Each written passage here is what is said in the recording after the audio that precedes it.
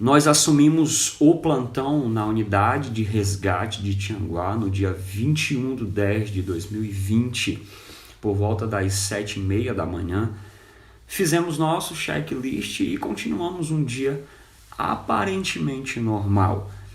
Por volta das 7 horas, 19 horas da noite, tocou uma ocorrência de perfuração por arma de fogo.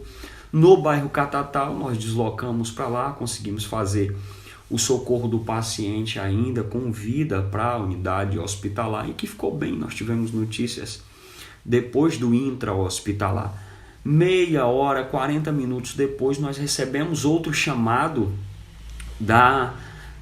inclusive da regulação do SAMU Ceará, pedindo apoio para uma perfuração por arma de fogo lá na rodoviária, incluindo 2 vítimas possivelmente fatais no local. E notícias da cena davam conta também que tinham mais 2 pessoas baleadas. Nós deslocamos para lá, não conseguimos identificar esses 2 pacientes que estavam vivos e com essas perfurações por arma de fogo também no mesmo local. Segundo os populares, eles foram conduzidos até o hospital por meios próprios e na cena nós tínhamos, infelizmente, 2 óbitos. 15, 20 minutos depois tocou uma nova ocorrência por volta de 8h30, 9 horas, eu não lembro direito, lá no sítio Olinda, dando conta lá também de uma perfuração por arma de fogo. Nós deslocamos para lá, chegamos lá, o paciente infelizmente já foi a óbito dentro de casa, na cena, não tinha mais o que fazer. Nós retornamos para cobrir a cidade.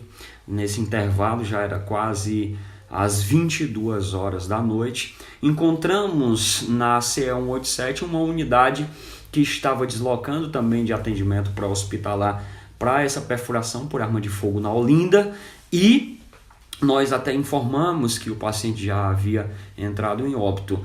E nesse deslocamento da CE 187 para nossa base em Tianguá, nós recebemos notícia de outra perfuração por arma de fogo no bairro Catatal. Nós deslocamos para lá, mas não conseguimos encontrar essa notícia lá pelo bairro. Enfim, nós estávamos deslocando para a nossa base quando nós recebemos um outro chamado de acidente de trânsito lá na BR-222, ali na saída para Viçosa do Ceará. Um acidente de trânsito envolvendo um veículo, uma moto, com 2 ocupantes, estavam ao solo. Nós fomos dar apoio para a unidade do SAMU que já estava na cena.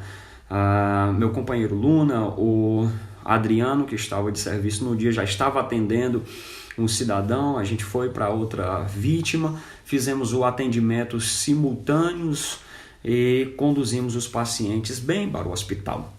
Hoje em Tianguá nós temos uma comunicação muito legal, muito importante com a rede do pré-hospitalar, do pré-hospitalar fixo e do intra-hospitalar, que funciona muito bem na nossa cidade.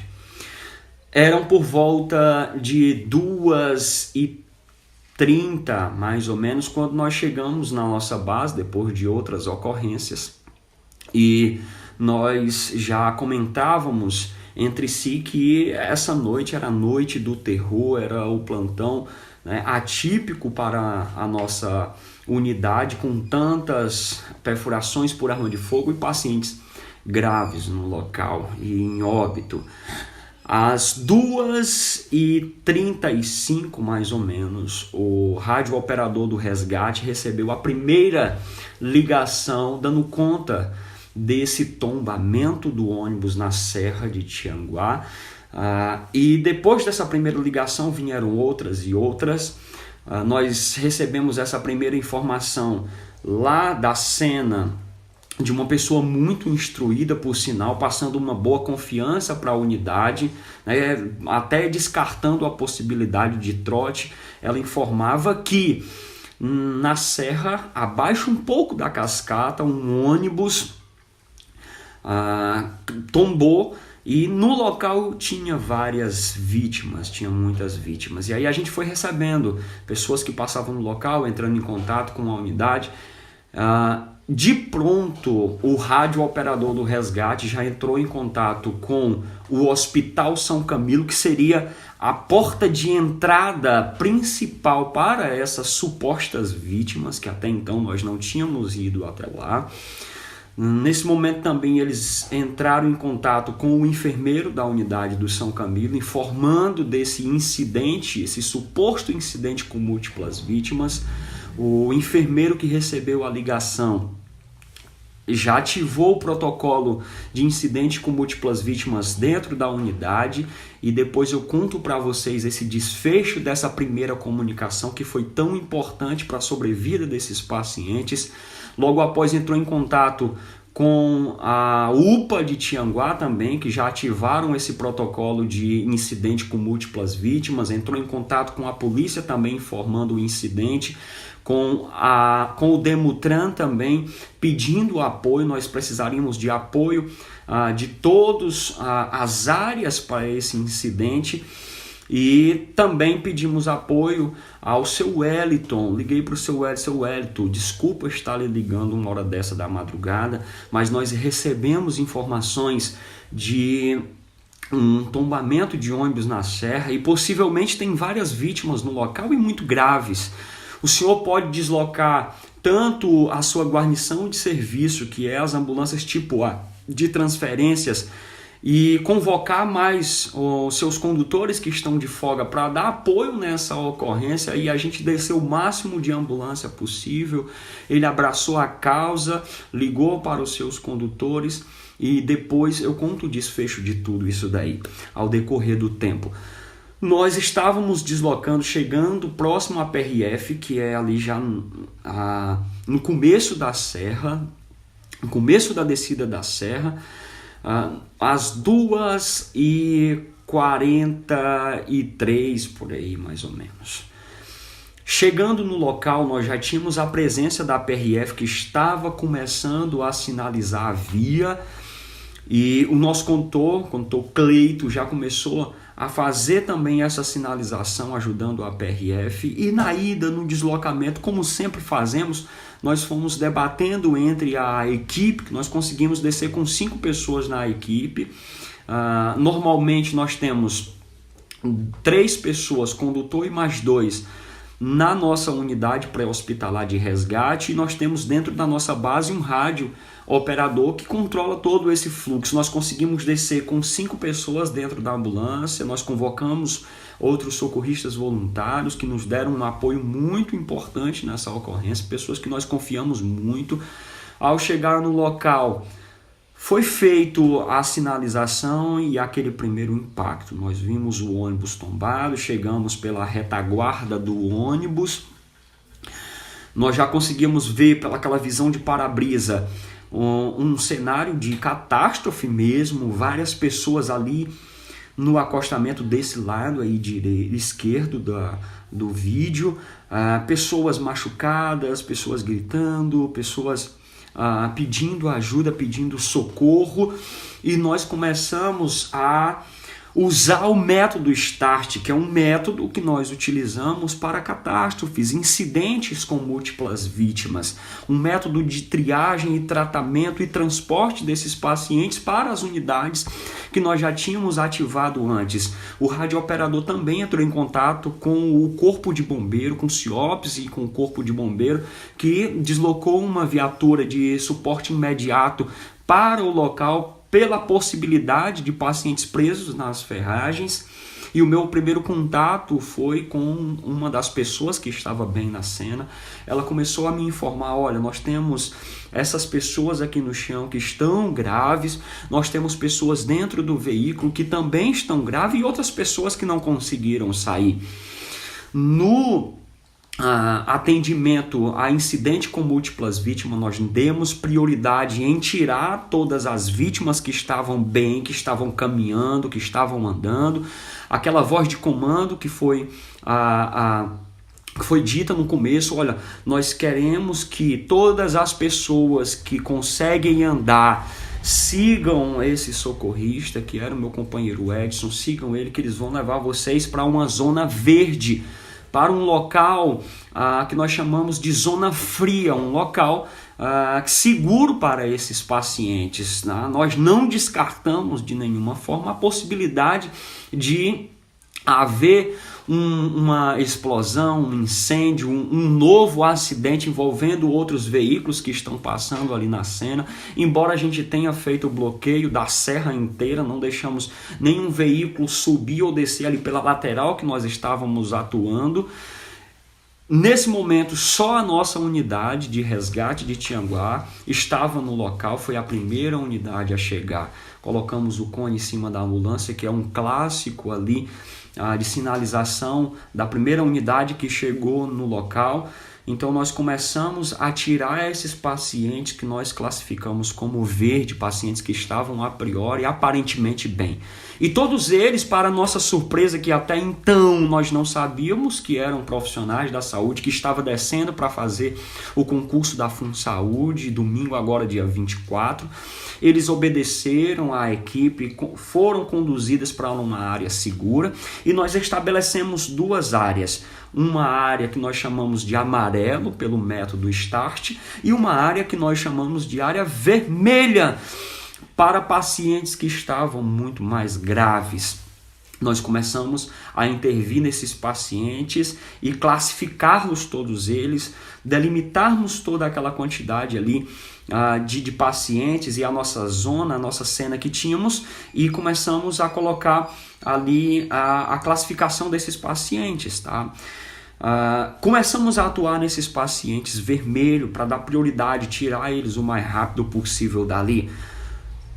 Eu me vi diante de um problema que eu não conseguia colocar esses pacientes dentro da ambulância depois do tratamento e conduzir, porque nós só tínhamos uma unidade que tinha chegado na cena. Nós precisaríamos ali da classificação ainda, precisaríamos estabelecer essas zonas. E aí então começaram depois chegar as ambulâncias que a gente tinha solicitado. No momento não tinha chegado a ambulância do SAMU ainda, não tinha chegado a equipe de condutores da equipe de transferência de Tianguá ainda, só estava a nossa equipe. Quando nós começamos a tratar essas vítimas mais graves, uma pessoa falou no meu ouvido: Diego, o Vitor, o enfermeiro Vitor, que estava no ônibus atrás, que estava estacionado em uma zona segura, que desceu para ajudar, que também eram profissionais da saúde, que estavam indo fazer o concurso, falou no meu ouvido: Diego, dentro do ônibus tem uma paciente que não conseguiu sair de dentro do ônibus e está com uma amputação traumática no membro superior esquerdo. Eu tomei um dos nossos socorristas, deixei outros tratando esses pacientes na cena, nessa zona vermelha, e nós fizemos ali o restante da avaliação de cena, vendo se não havia risco de explosão ali. Isso tudo acontece muito rápido, sabe? Se não tinha risco de explosão ali naquele veículo, vazamento de combustível, identificamos que não e entramos dentro do veículo. Entramos batendo no veículo e perguntando se havia pessoas lá dentro, e ouvi uma voz do gênero masculino dizendo: sim, eu tenho a minha filha está aqui comigo e ela está com o braço sangrando. Nós entramos ali naquele apertado de cadeiras e muitas bagagens reviradas. Nós deitamos, fomos rastejando, eu estava na frente, o meu companheiro na retaguarda, entramos em dupla, cangas. E quando nós acessamos, eu vi uma das imagens que mais me chocou, nesse incidente, um homem em pé, a mulher sentada no solo do veículo, na lateral do veículo, porque ele estava tombado, e ele era o pai dela que estava cuidando dela, e uma quantidade de panos, de lençol em cima das pernas dela, e um garrote feito, um torniquete improvisado feito no membro superior dela. E pelas informações verbais, as verbais que ele me falava ali, eu sabia que tinha uma possível amputação, que foi o que foi me passado também fora do veículo. eu tenho um cinto de guarnição, que inclusive está aqui atrás de mim. Eu tenho um cinto de guarnição com um pequeno bornal que eu uso para esse tipo de ocorrência. Ele tem 3 torniquetes, eu tenho 2 torniquetes na lateral, tenho um torniquete guardado dentro, tenho tesoura de resgate, lanterna, estava com a lanterna de cabeça para iluminar aquele cenário escuro. E já saquei um dos meus torniquetes, inclusive eu consegui resgatar dentro do centro cirúrgico, que já foi higienizado, e ele vai ser usado agora para treinamento, né, porque já foi utilizado. E esse torniquete eu fiz a aplicação um pouco mais acima do membro daquela paciente, deixando ainda o torniquete improvisado, e estanquei aquele sangramento que estava parcialmente ali sangrando, porque o torniquete que o pai dela fez serviu muito para estancar esse sangramento. Depois peguei a tesoura, cortei esse torniquete improvisado, e daí então só aí que eu fui saber que eles eram profissionais da saúde. Ela me falou: eu sou enfermeira. E eu comecei a conversar com ela: então você sabe que esse procedimento vai doer, ele vai acolchar bastante o seu braço para que essa artéria braquial não sangre mais ainda e você entre em choque hipovolêmico. Ela reclamava de muita sede pela quantidade de sangue que ela havia perdido, a calça dela estava suja de sangue também. E o pai dela me falava que todos ali eram profissionais da saúde. Daí então começou a mudar o cenário e a percepção de quem estava socorrendo, à medida que foram sabendo que eram profissionais da saúde, porque eles sabiam dizer o que estava acontecendo com eles. Nesse momento do atendimento dela, o meu companheiro que estava comigo voltou para pegar kit de hemorragias para a gente fazer pressão direta e bandagem naquele membro, prancha rígida, restrição de movimento da coluna completo, porque tinha uma amputação traumática, uma lesão de ossos longos que poderia estar distraindo uma dor na coluna, e a nossa preocupação com essa restrição de movimento da coluna foi feita.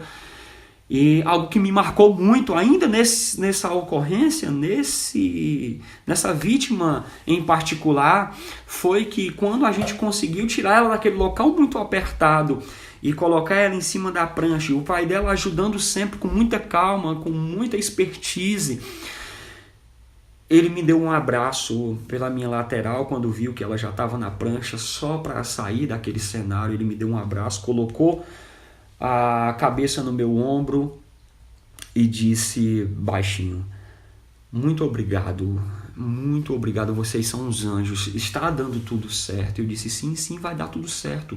Mas vamos lá, vamos sair daqui todo mundo juntos e com vida, bem.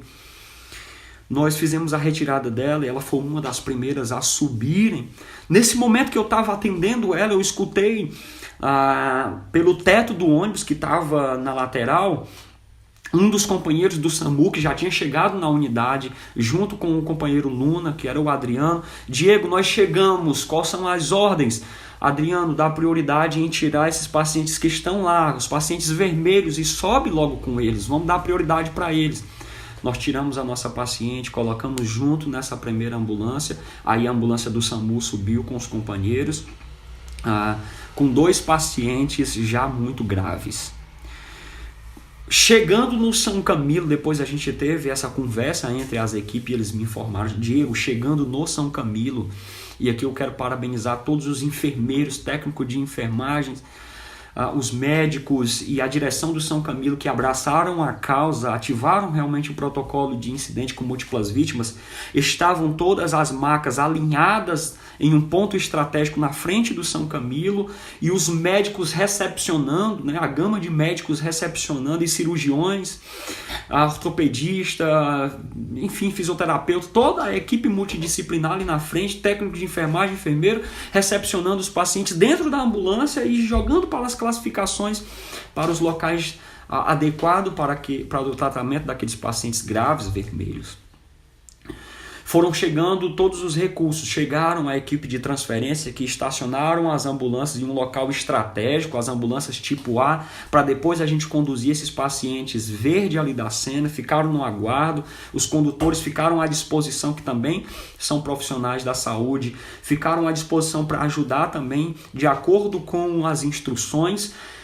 Tirado esses pacientes, nós começamos a atender, né, a gerar os recursos ali, gerenciar esses recursos para essas pessoas graves ali, esses pacientes vermelhos, e começamos a pranchar, e aí foi chegando ambulâncias do SAMU de toda a Serra da Ibiapaba, Viçosa, Ubajara, a de Tianguá já estava lá, a de São Benedito, de várias outras cidades que eu nem recordo o nome agora porque não tive esse contato a priori ainda. Então, todas as cidades que vieram dar apoio, os outros municípios enviaram ambulâncias do seu hospital para dar apoio a essa ocorrência. Então, toda a Serra e Sertão, o pessoal do SAMU de Sobral, que vieram também da USA básica, dar esse apoio, né? Foi mobilizado várias unidades para fazer o socorro desses pacientes, um trabalho multidisciplinar incrível que foi realizado ali. E outra coisa que me marcou nessa ocorrência, que quando nós estávamos atendendo os pacientes, eu lembro muito bem que estava eu, a Aline, a Thaís, e Tibério e a Merielle fazendo um procedimento em um dos pacientes, e na minha lateral direita tinha um espaço assim, mais ou menos de uns 10 centímetros ou 15 do ônibus para o chão, para a pista, e a gente fazendo um procedimento em um dos pacientes. Eu estava com a lanterna de cabeça e sem querer eu olhei para a direita e vi uma mão dentro do veículo, dentro do ônibus, na parte superior, no segundo andar do ônibus, colocando a mão assim embaixo e tirando rapidamente. Mão cheia de sangue. E eu disse: Adriano, dentro do veículo, nesse momento os bombeiros já tinham chegado, já estavam fazendo uma nova averiguação no veículo por fora para ver se não havia risco para as equipes que estavam trabalhando ali. Adriano, dentro do ônibus tem uma mão, eu vi uma mão descendo e subindo. Verifica se esse paciente não está muito grave, se ele não faz parte aqui desses pacientes vermelhos. Ele entrou no segundo andar, conseguiu acessar e foi lá fazer o atendimento desse paciente. Nós tiramos todos os pacientes vermelhos ali da cena, deixamos os amarelos nessa zona que estabelecemos a amarela, e um dos pacientes, o trabalho multidisciplinar foi muito importante. O Orlando, que estava, se eu não me engano, o SAMU de Ubajara, né, que trouxe ali também um dos companheiros que mora na mesma rota, na mesma via ali, dando acesso ao incidente. O Reginaldo também vestiu a farda, que estaria no outro dia no SAMU, já vestiu a farda do SAMU na sua folga e foi também fazer ali o atendimento desses pacientes. Nesses pacientes amarelos, outra coisa que marcou foi que o Orlando olhou para uma das pacientes que estava classificada como amarela e disse: Diego, essa paciente ela vai entrar como vermelha, essa paciente está muito grave. A gente viu um edema de glote muito grande, identificamos pneumotórax bilateral nessa paciente. Essa paciente era grave, precisaria sair dali. E uma USA que estava com uma doutora do meu lado, né, se prontificou já a levar essa paciente. A USA é a unidade de suporte avançado do SAMU, com médico, enfermeiro e condutor. Levar esses dois pacientes, esses dois últimos pacientes, que era um paciente vermelho que já estava classificado, e essa paciente amarelo que evoluiu para vermelho, foram conduzidos para o hospital. Quando nós começamos a conduzir, a pranchar, a levar todos os pacientes que estavam precisando ali de tratamento na cena, que já tinha realizado, para o Hospital São Camilo também. Logo depois a gente começou a usar a equipe de transferências, os condutores, para conduzir esses pacientes verdes para um atendimento também. Na nossa contagem ali na cena por alta, a gente conduziu entre pacientes vermelhos e amarelos 30 pacientes dentro de 3 horas para dentro do intra-hospitalar, e logo depois a gente conduziu por contagem ali por alta 15 pacientes verdes para a UPA, e a UPA estava com todo o suporte. E a equipe se dividiu ali depois que nós conduzimos os últimos pacientes em 4 equipes. Uma equipe entrou na parte inferior do ônibus, eu estava nessa equipe da parte inferior, que era até mais curta. Outra equipe foi para dentro da parte superior, que o ônibus era de 2 andares, verificando cadeira por cadeira, embaixo de cada lençol, se não havia novas vítimas. Na minha parte, né, que eu fiquei na varredura final, tinha um banheiro químico dentro do ônibus, que estava fechado, vedado. Nós quebramos essa porta, arrebentamos essa porta para ver se não havia ninguém ali, porque a possibilidade de alguém ter ido no banheiro e no momento o ônibus virou e essa pessoa ficou lá dentro, podia estar muito grave, mas felizmente não tinha ninguém. Os companheiros no segundo andar fizeram a averiguação de todas as cadeiras, e uma outra equipe foi para frente do ônibus e fizeram 15 metros de baixo para cima até no ônibus para ver se não havia ninguém no mato, e a outra equipe, a quarta equipe, ficou na retaguarda do ônibus também fazendo esse perímetro para ver se nós não havíamos deixado ninguém ali para trás. Certificados que não havia mais ninguém no local, nós ainda, infelizmente, classificamos 2 pessoas como preto na cena, né? 2 óbitos, um que estava com esses pacientes vermelhos, e as pessoas comentaram ali no começo, nós fizemos RCP, nós tentamos reanimar essa paciente, mas infelizmente, e falou o nome dela, né, porque eram todos conhecidos, mas infelizmente ela foi a óbito. E uma paciente na frente do veículo, né, era onde ela estava, não sei se ela estava sentada ali, mas também que foi a óbito, também foi classificado como preto. Depois houve o resgate dela por parte dos bombeiros militares que estavam no local, na cena, e nós subimos para dar apoio. Ainda dentro do ônibus, eu entrei em contato com a regulação do SAMU, que também faço parte da intervenção do SAMU, e informei para a operadora de frota, que inclusive ela abraçou a causa, ela escutou quem estava na intervenção. Eu comuniquei para ela que cessasse os recursos que estavam vindo de outras cidades, as ambulâncias que estavam vindo de outras cidades, porque todos os pacientes já tinham sido removidos para o hospital. Inclusive ela disse que ia dar a última forma, ia dar QTA para uma viatura que estava vindo, se eu não me engano, da cidade de Croatá, de outra cidade assim, que estava ainda em percurso para lá. E eu fiz um pedido para ela que ela abraçou muito bem e deu muito certo. Olha só, concentre, se possível, concentre os seus recursos agora para o São Camilo. Leve as ambulâncias de suporte avançado, de suporte básico para a porta do São Camilo, que eles vão precisar conduzir esses pacientes para Sobral.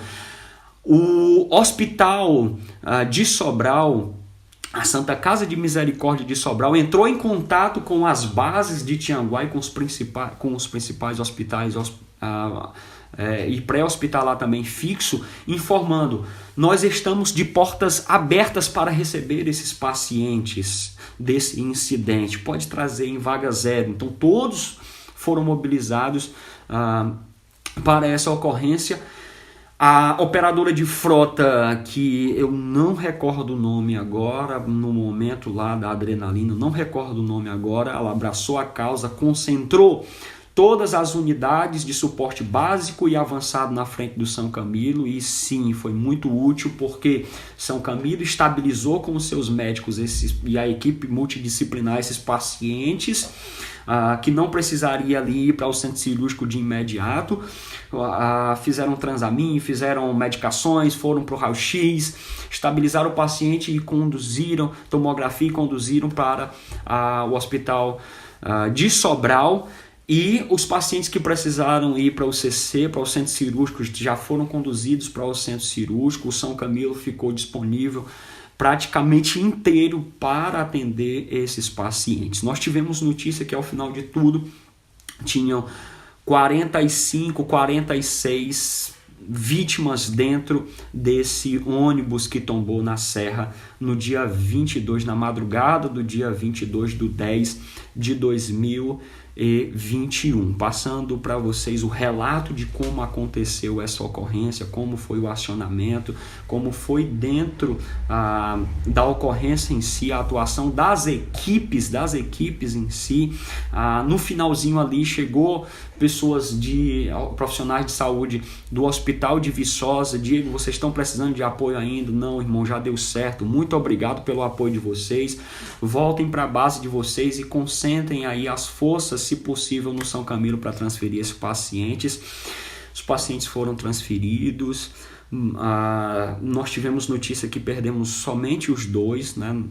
Eu não tive mais notícia de mais vítimas, só os 2 que foram na cena. Se houve mais óbitos dentro do intra-hospitalar, a gente não sabe ao certo ainda, no prezado momento. Hoje é dia 23 de 2021, amanhã é a prova dia 24, em Fortaleza da FunSaúde, que era o destino final desses pacientes e, infelizmente, houve essa tragédia no percurso.